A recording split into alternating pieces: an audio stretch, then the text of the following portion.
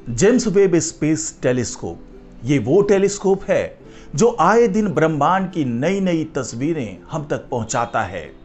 और कई तस्वीरें ऐसी होती है जिसको देखकर हम हैरान होने पर मजबूर हो जाते हैं। ऐसी ही एक तस्वीर जेम्स वेब स्पेस टेलीस्कोप ने खींची है जिसको देखकर आप भी हैरान हो जाएंगे।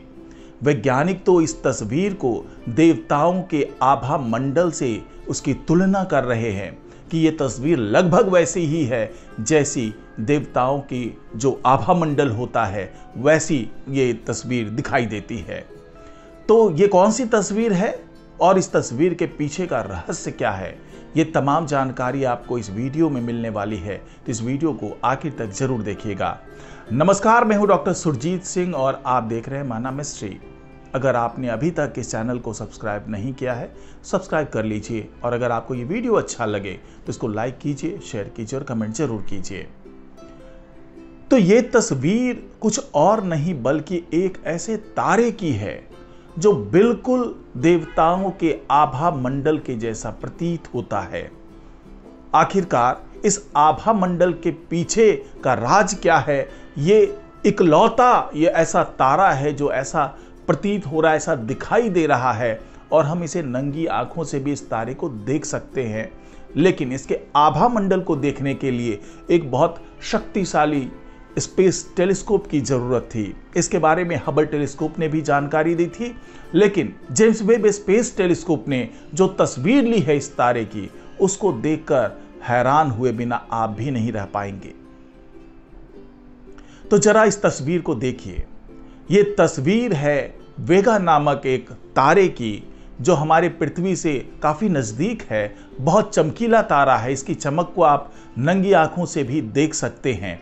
लेकिन इसके जो आसपास मौजूद इसका आभा मंडल है, इसको देखने के लिए एक बहुत शक्तिशाली टेलीस्कोप की जरूरत पड़ेगी और उसी जरूरत को पूरा किया पहले हबल टेलीस्कोप ने और अब जेम्स वेब स्पेस टेलीस्कोप ने बहुत ही बारीकी से इसकी तस्वीरों को कैद किया है।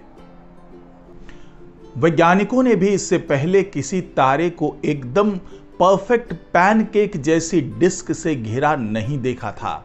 डिस्क की मौजूदगी से यह संकेत मिलता है कि वेगा नामक इस तारे के आसपास कोई ग्रह नहीं बना होगा। आखिर ऐसा क्यों है? वैज्ञानिकों को इसके बारे में कोई आइडिया नहीं है, वो कोई अनुमान नहीं लगा पा रहे हैं कि आखिर ऐसा क्यों हुआ कि इस तारे के आसपास कोई ग्रह का निर्माण ही नहीं हुआ। वेगा एक नीले रंग का तारा है जो सूर्य से लगभग 2 गुना बड़ा है। यह पृथ्वी से लगभग 25 प्रकाश वर्ष की दूरी पर स्थित है। यह नंगी आंखों से दिखाई देने वाला 5वां सबसे चमकीला तारा है।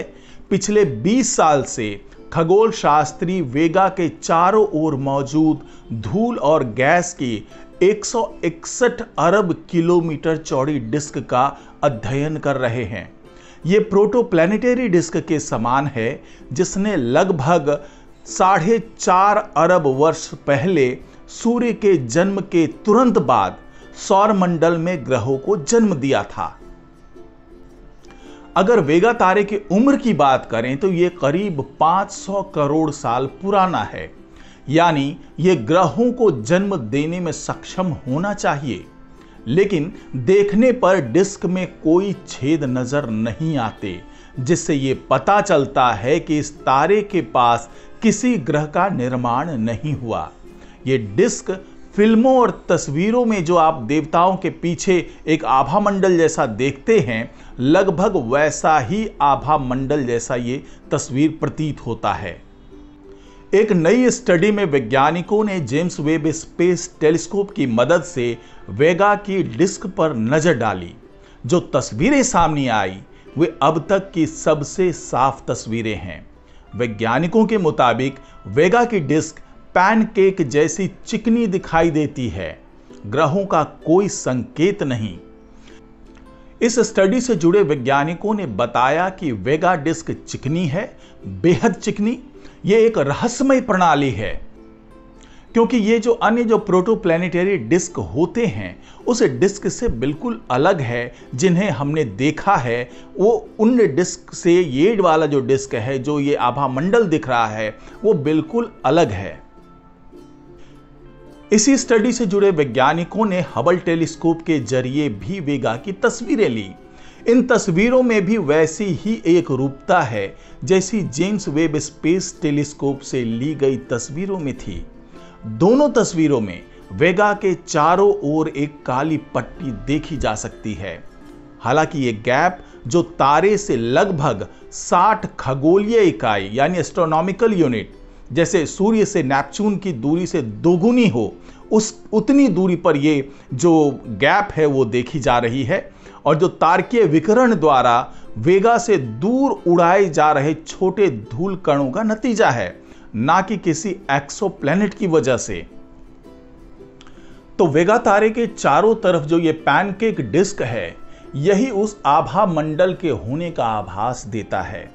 जो आपने अक्सर देखा होगा कि भगवान का जब भी जिक्र होता है, जब उनकी तस्वीरें बनाई जाती है, तो उसके पीछे, उनके सिर के पीछे एक आभा मंडल सा दिखाई देता है।